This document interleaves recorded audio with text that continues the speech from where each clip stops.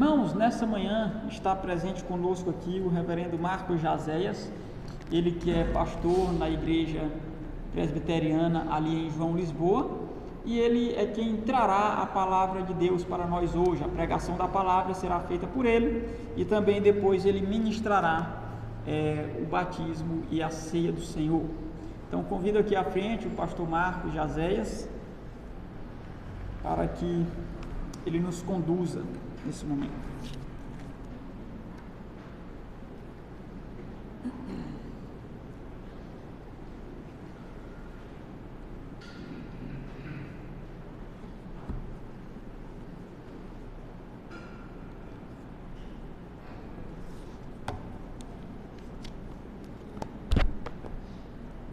Salve, amados irmãos, na graça e na paz do nosso Senhor e Salvador Jesus Cristo.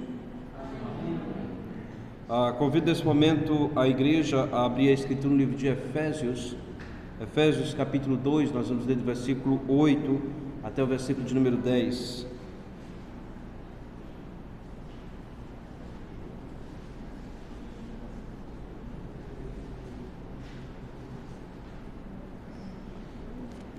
Efésios capítulo 2, versículos de 8 a 10.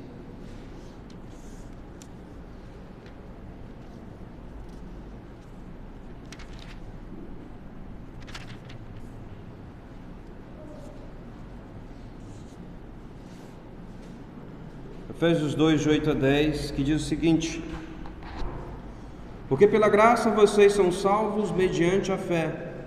Isto não vem de vós, é dom de Deus, não de obras, para que ninguém se glorie. Pois somos feitura dele, criados em Cristo Jesus para as boas obras, as quais Deus de antemão preparou para que andássemos nelas. Vamos nesse momento orar, vamos pedir ao Senhor que esteja iluminando a nossa mente, para que nós possamos entender a sua palavra. Oremos.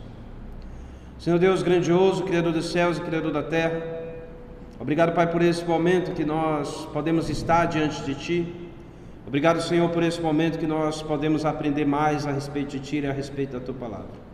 Te pedimos que o Teu Espírito Santo, Pai, possa iluminar a nossa mente, possa nos fazer compreender as Sagradas Escrituras.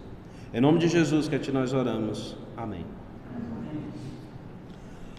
Durante mais ou menos 1000 anos, a Igreja Católica ela exerceu uma grande influência na nossa sociedade ocidental.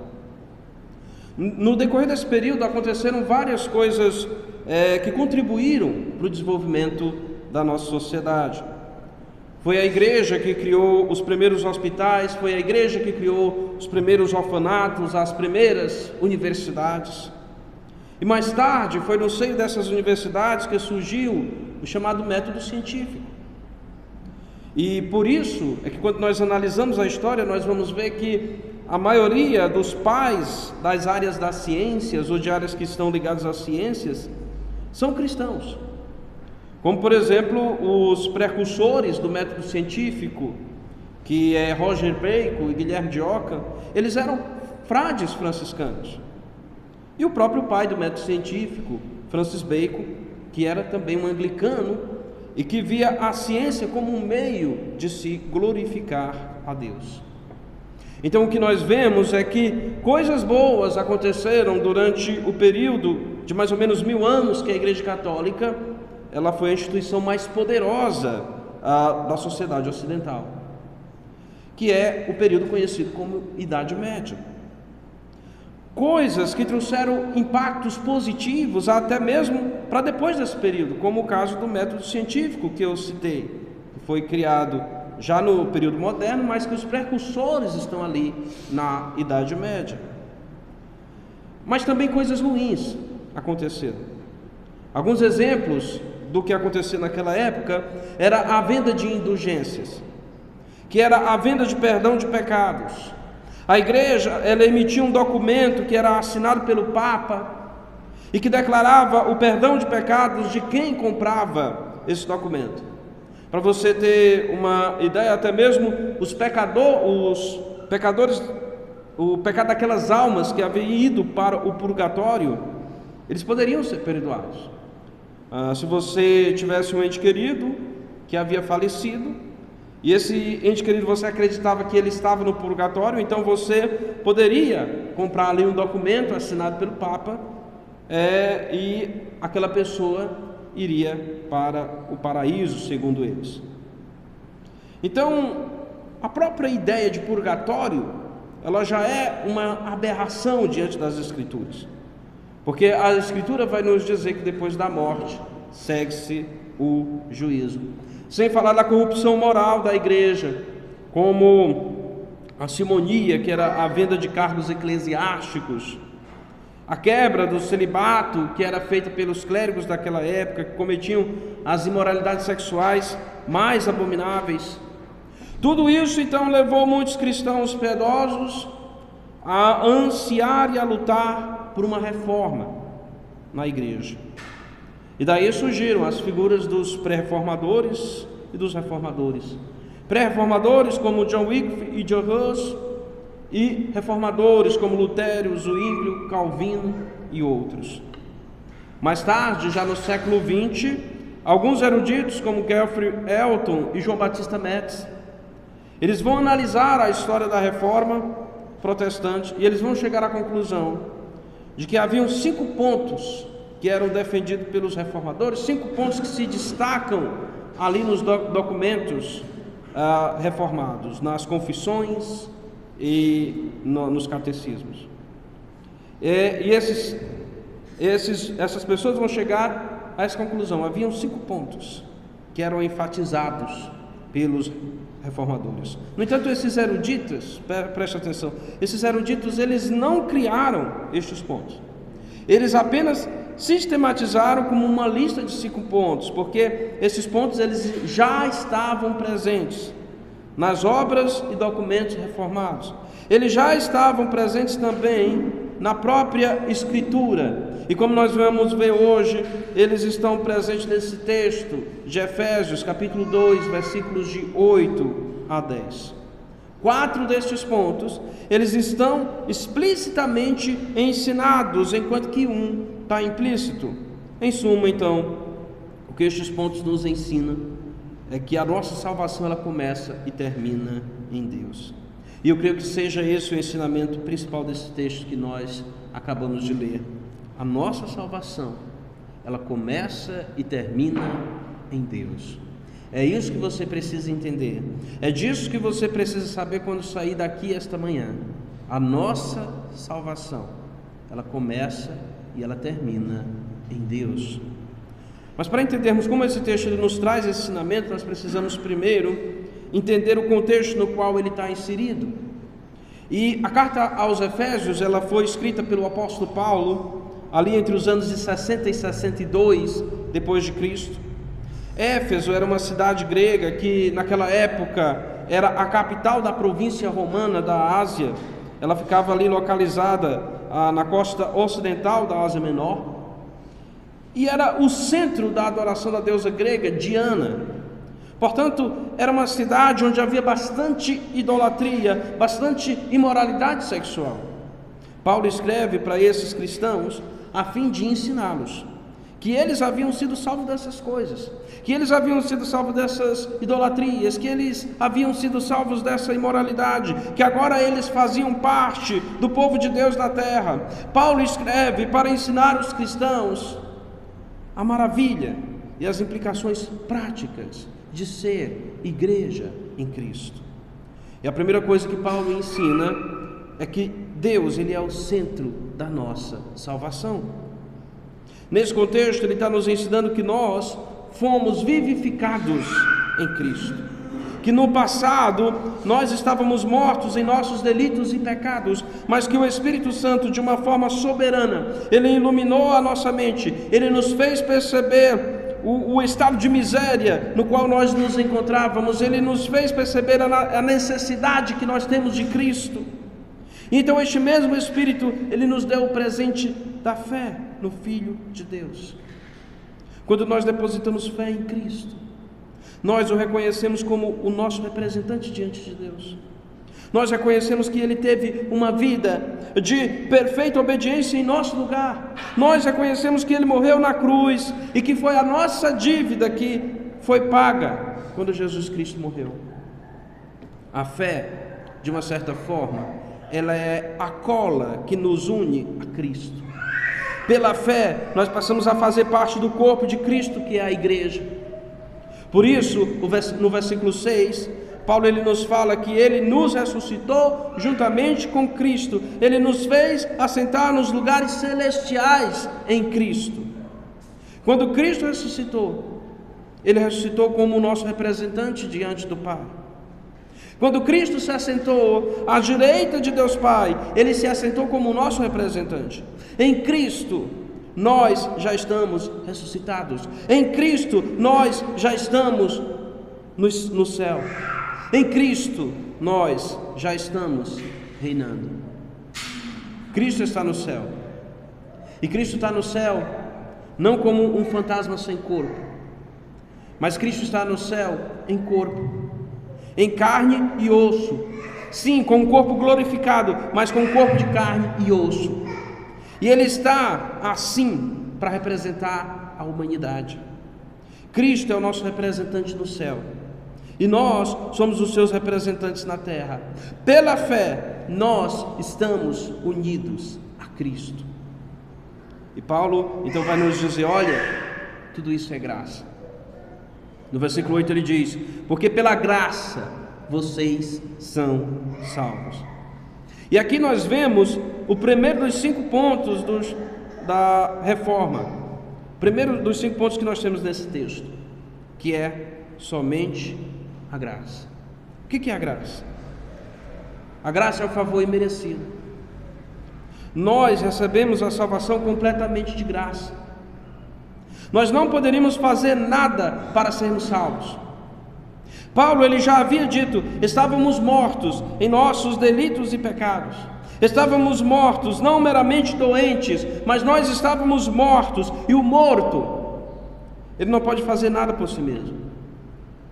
Desde que os nossos primeiros pais, Adão e Eva, pecaram, a nossa natureza ela foi corrompida pelo pecado. Gênesis 6,5 vai dizer que todo o desígnio do coração humano se tornou continuamente mau.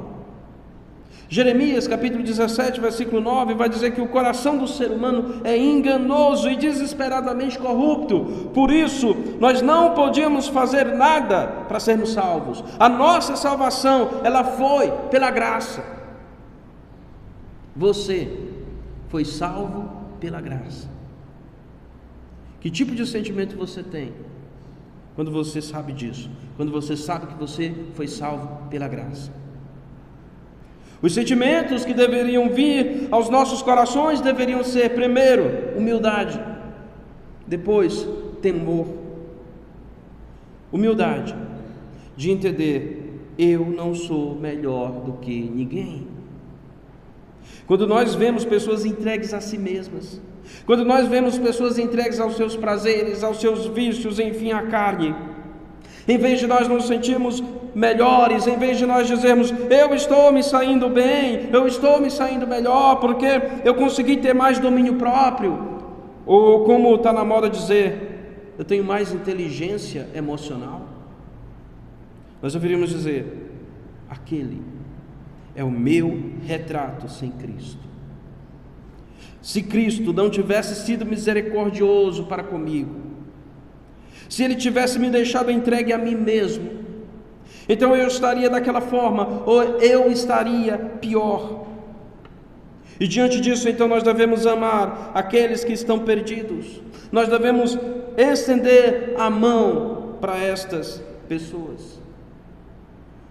Um antigo cristão disse para com Deus: eu devo ter um coração de fogo.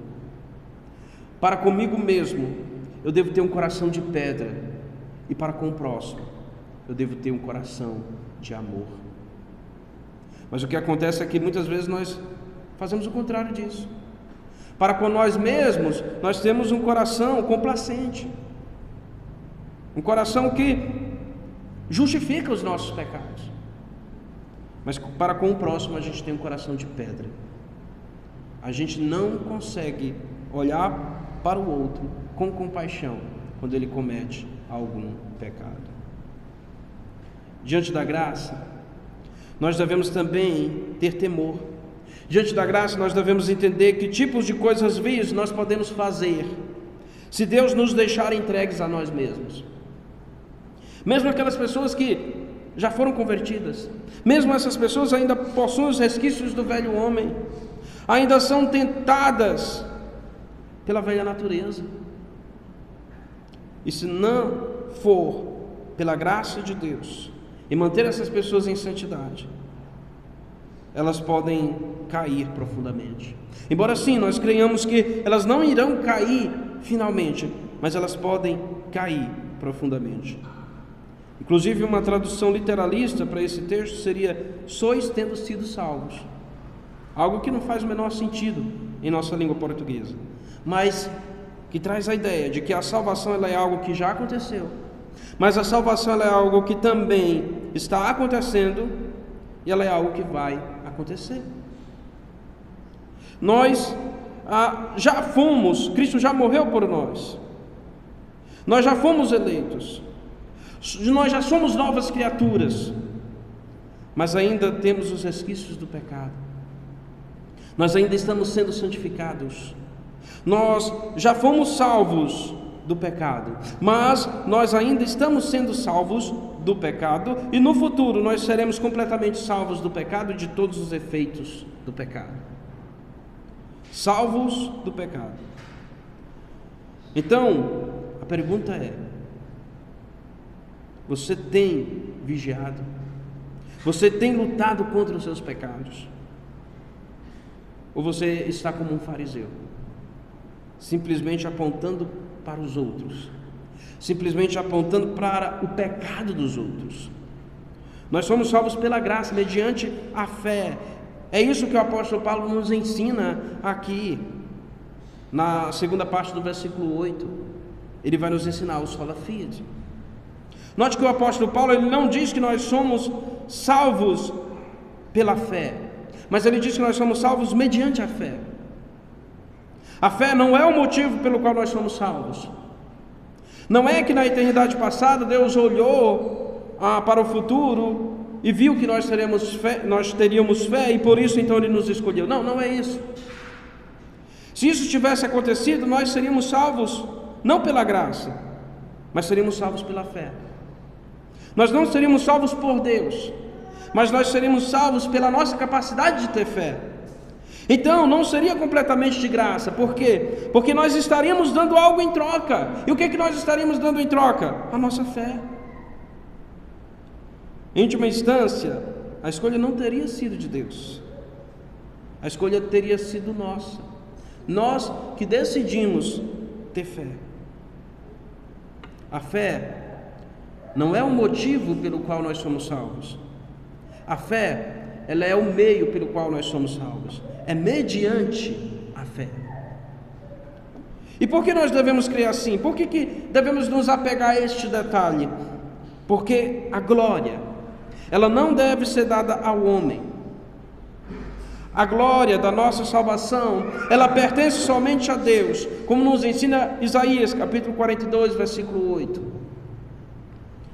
que diz que Deus não divide a sua glória com ninguém. E é isso que o apóstolo Paulo nos ensina na última parte do versículo 8 e no versículo 9. Ele vai nos ensinar o solo da glória, glória somente a Deus. Ele diz: e isso não vem de vocês, é dom de Deus, não de obras, para que ninguém se glorie. O que não vem de nós? Aquilo que foi dito anteriormente, o processo da salvação. No grego, a palavra traduzida como isto é tudo, e aponta para a ideia da oração anterior inteira, ou seja, a graça, a fé, enfim, a salvação, tudo vem de Deus. Tudo é um dom, ou seja, um presente de Deus. A nossa salvação não é por causa das nossas obras. A salvação, ela é monergística, ou seja, ela é uma obra exclusiva de Deus. Alguns cristãos pensam que nós contribuímos com Deus para sermos salvos, quando nós praticamos boas obras. Mas o texto é claro. O texto diz: não de obras. O texto não diz, Deus faz uma parte e nós fazemos a outra, não. Ou Deus faz a maior parte e nós fazemos uma pequena parte. Não, o texto não diz isso. Mas o texto fala, não de obras. Nós não contribuímos em nada para a nossa salvação. A nossa salvação, ela é totalmente de graça. E as boas obras que nós fazemos? Bem, as boas obras que nós fazemos, elas não são meios pelos quais nós podemos ser salvos. Ou elas não são meios pelos quais nós podemos contribuir com a nossa salvação. As nossas boas obras, elas são fruto da salvação. Geralmente, quando você vê a Bíblia falar de fruto, ela está falando de boas obras. E é interessante porque hoje em dia as pessoas, elas não sabem o que é boas obras. Quando a gente fala de boas obras, as pessoas acham que a gente está falando de caridade, que a gente está falando de ajuda ao necessitado. Ajuda ao necessitado pode ser considerada boa obra? Sim, se for feita em Cristo, ela pode ser considerada uma boa obra. Mas as boas obras, elas não se resumem a isso. Boas obras são obras que agradam a Deus. Boas obras são atitudes que estão de acordo com a lei de Deus. Praticar boas obras é você viver em obediência a Deus. É isso que é praticar boas obras. O Senhor Jesus disse: não há árvore boa que dê mau fruto, nem árvore má que dê bom fruto, porque cada árvore é conhecida pelos frutos que produz. Porque não se colhem figos de ervas daninhas, nem se apanham uvas de espinheiros. A pessoa boa tira o bem do bom tesouro do coração, e a pessoa má tira o mal do mau tesouro do coração, porque a boca fala do que está cheio o coração. Então as nossas atitudes, inclusive o nosso falar, eles irão manifestar a nossa natureza. Eles irão manifestar se nós somos ou não salvos, se nós somos ou não regenerados, se nós somos ou não eleitos. Quando nós praticamos boas obras, nós só praticamos boas obras porque o Espírito Santo, ele agiu em nós, ele nos deu a capacidade de fazer aquelas boas obras. Então isso já é graça. A capacidade de fazermos boas obras é graça. As boas obras que nós fazemos, elas já são graça de Deus em nossas vidas. Então, a gente não pode receber graça e depois dizer assim: eu mereço mais graça porque eu recebi graça. Por isso nós não podemos dizer a Deus: Senhor, o Senhor tem que me salvar. Por quê? Porque eu pratiquei boas obras. Não. Você só fez aquelas boas obras porque Deus já lhe deu a capacidade de fazer essas boas obras. A salvação, ela é completamente de graça. E a glória por ela é devida somente a Deus. No versículo 10, o apóstolo Paulo, então, ele vai aprofundar mais a doutrina das boas obras, nos mostrando que Cristo, ele é o centro das nossas boas obras. A primeira parte desse versículo nos mostra o quarto sola deste texto, que é solos Cristo, somente Cristo. Ele começa dizendo: pois somos feitura dele. Esse termo feitura no grego é poiema, que também pode ser traduzido como obra, o que reforça aquilo que eu acabei de dizer. Nós não podemos cobrar a salvação em troca das nossas boas obras. Por quê? Porque nós, como novas criaturas que praticam boas obras, nós já somos obra de Deus.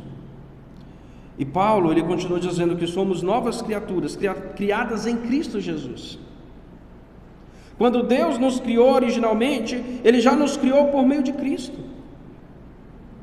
Por causa da queda do homem, que o homem foi corrompido pelo pecado.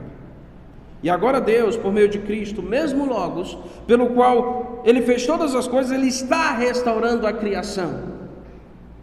Um dia, o universo no qual nós vivemos, ele vai ser restaurado. E a Escritura diz que haverão novos céus e nova terra. E assim como por meio da palavra o universo foi criado, é por meio da palavra que o universo é restaurado. C.S. Lewis, em seu livro Cristianismo Puro e Simples, ele vai nos dizer que nós somos as primeiras criaturas dessa nova criação. Cristo é a palavra encarnada. A Bíblia é a palavra escrita. A essência é a mesma, o que é o Logos. Assim como Cristo tem uma natureza divina e uma natureza humana, a Bíblia também, em seu conteúdo, ela é divina e humana. Ao mesmo tempo em que a Escritura ela foi escrita por seres humanos, ela foi inspirada por Deus. E é por meio da palavra que nós, mortos em nossos delitos e pecados, nós somos regenerados.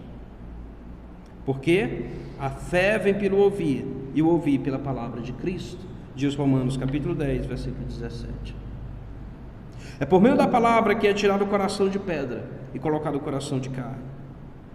Assim também é por meio da palavra que nós somos santificados. E a nossa santificação é Cristo sendo aplicado em nós. É por isso que Paulo diz que nós somos criados em Cristo Jesus para boas obras. Nós somos salvos para sermos parecidos com Cristo.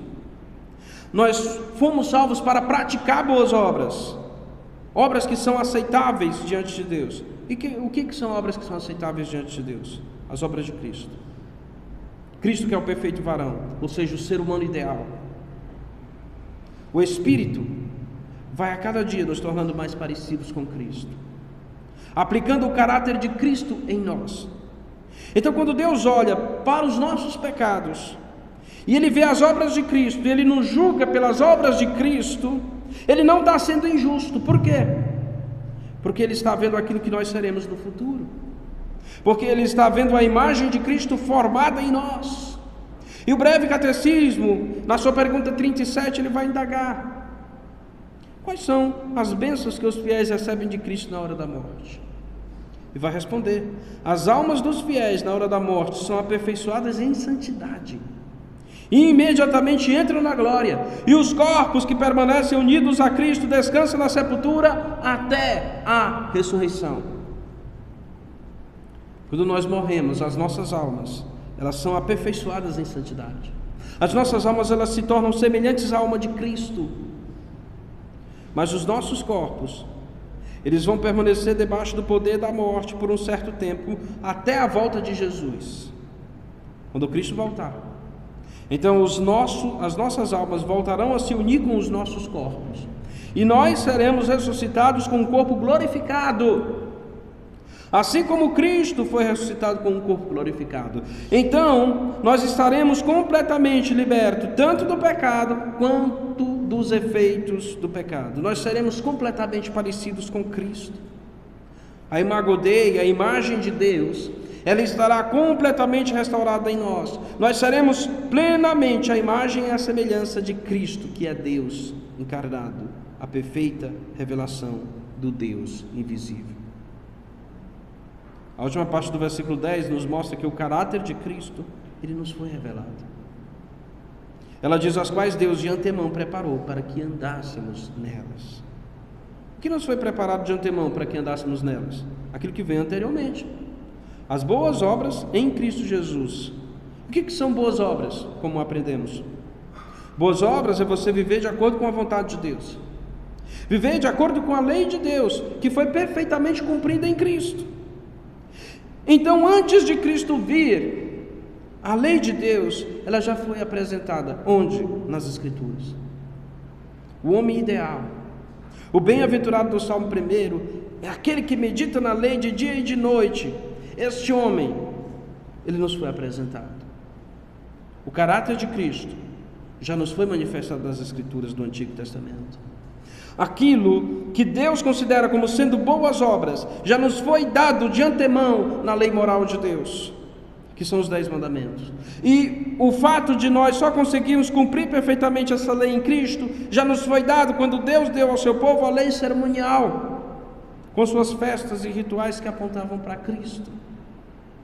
Antes de Cristo vir, Ele nos foi apresentado na Escritura, a sua pessoa, a sua obra, nos foi dada. E é por isso que nessa última parte do versículo 10 nós temos o quinto sola deste texto: sola Scriptura. A Escritura do Antigo Testamento, assim como a Escritura do Novo Testamento, tem como centro Jesus Cristo. É isso que o próprio Jesus ensina aos seus discípulos em Lucas 24. No versículo 27 ele diz, e começando por Moisés e todos os profetas, explicou-lhes o que constava a respeito dele em toda a Escritura. Moisés e os profetas eram um tipo de resumo que as pessoas usavam para se referir ao Antigo Testamento na época de Jesus Cristo. Moisés é o grande profeta e representa o Pentateuco. E os profetas, os demais profetas, representam os demais livros do Antigo Testamento, que foram escritos por profetas, homens inspirados por Deus. E o versículo termina dizendo que todas as Escrituras falavam de Cristo. Todas. Ensinamentos de Cristo, portanto, não são somente os seus sermões registrados nos Evangelhos, nem somente o Novo Testamento. Ensinamentos de Cristo são todas as Escrituras, tanto o Antigo Testamento quanto o Novo Testamento. A Escritura é o Logos de Deus e nos apresenta a mente de Cristo. O apóstolo Paulo diz que nós só podemos aceitar a revelação especial do Espírito Santo, que é a Escritura, quando o próprio Espírito trabalha em nossa mente para aceitá-la. Quando nós a compreendemos e vivemos de acordo com ela, o que nós temos é a mente de Cristo. Em 1 Coríntios, capítulo 2, versículos de 14 a 16, Paulo vai dizer: ora, a pessoa natural, que é a pessoa que não foi regenerada pelo Espírito Santo, não aceita as coisas do Espírito de Deus. Por quê? Porque eles são loucuras. O que é as coisas do Espírito de Deus? Aquelas que vieram do Espírito, a revelação especial. Ela não pode entendê-las, porque elas se discernem espiritualmente. Porém, a pessoa espiritual, pneumáticos no grego, que é algo que vem do Espírito, ou seja, a pessoa que foi regenerada, ela julga todas as coisas, mas ela não é julgada por ninguém. Pois quem conheceu a mente do Senhor para que eu possa instruir? E ele conclui dizendo: nós, porém, temos a mente de Cristo. Na Escritura, a mente de Cristo nos foi revelada. E quando o mesmo Espírito que inspirou a Escritura, ele trabalha em nossa mente para compreendê-la, o que nós temos é acesso à mente de Cristo. Então, veja como isso é maravilhoso. O próprio Deus, o Criador do universo, o Senhor de todo o cosmos, ele se manifestou para nós. Ele revelou a sua vontade nas Escrituras. E por meio da Escritura ele nos guia em nossa caminhada nesse mundo, até nos mais pequenos detalhes. Então a pergunta que eu lhe faço essa manhã é: você ama a Escritura?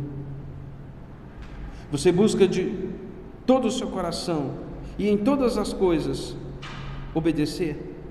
Até nos mais pequeninos detalhes, ser fiel à palavra de Deus? Durante mais ou menos 1000 anos, a igreja exerceu grande influência na nossa sociedade ocidental. No decorrer desse período aconteceram várias coisas boas, mas também aconteceram coisas ruins. Por isso foi necessário que aqueles que permaneceram fiéis às Escrituras, eles se levantassem contra as atrocidades cometidas pela igreja que havia se corrompido. Nesta luta contra a corrupção da igreja de Cristo,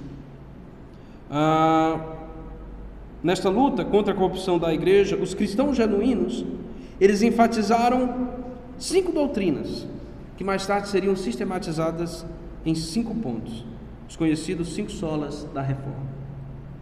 Estes 5 pontos, eles não se encontravam somente nas obras dos grandes reformadores, nem somente nos grandes documentos confessionais, mas eles também se encontram nas Escrituras.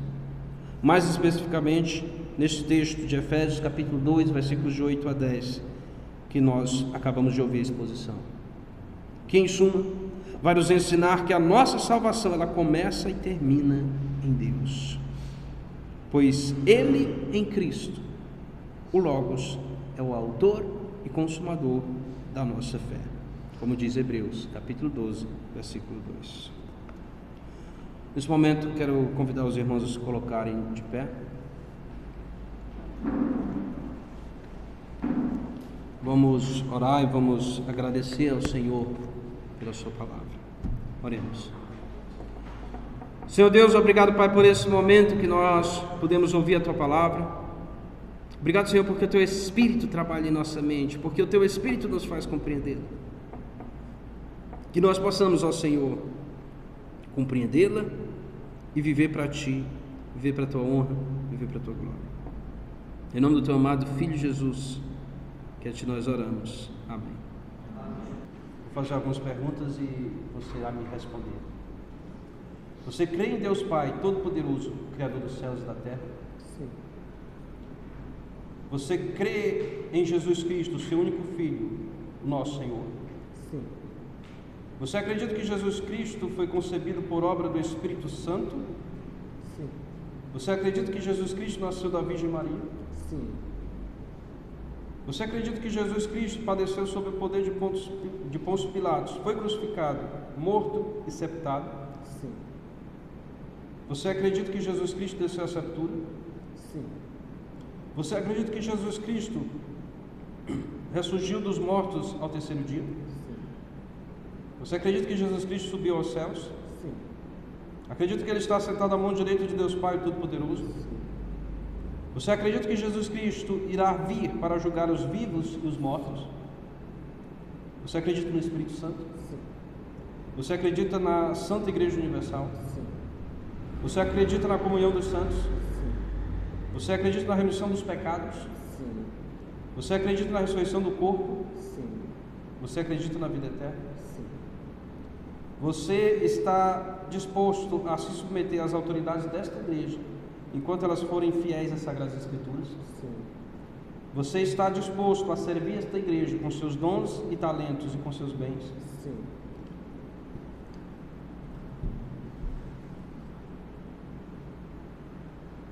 Eu te batizo em nome do Pai,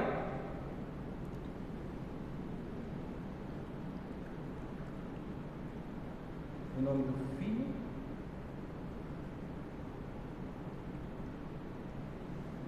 e em nome do Espírito Santo.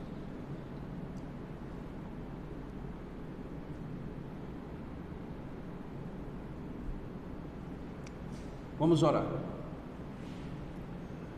Senhor Deus, obrigado, Pai, por esse momento que nós passamos por esse rito de iniciação que é o batismo, no qual a água foi derramada sobre a cabeça do nosso irmão, que representa o Espírito Santo, o lavar regenerador do Espírito Santo, que representa o fato de que o Espírito Santo veio, o Espírito Santo transformou o coração dele, fez dele uma nova criatura, e que esse mesmo Espírito, Senhor, possa habilitá-lo a andar em novidade de vida, a viver uma vida de santidade diante de Ti e diante dos homens.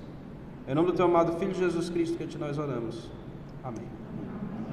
Antes do irmão Cleuto ir,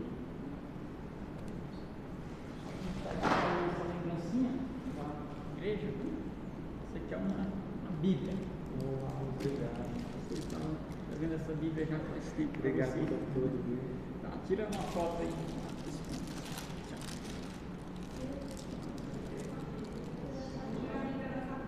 Tira a Bíblia. Mais bonito, né?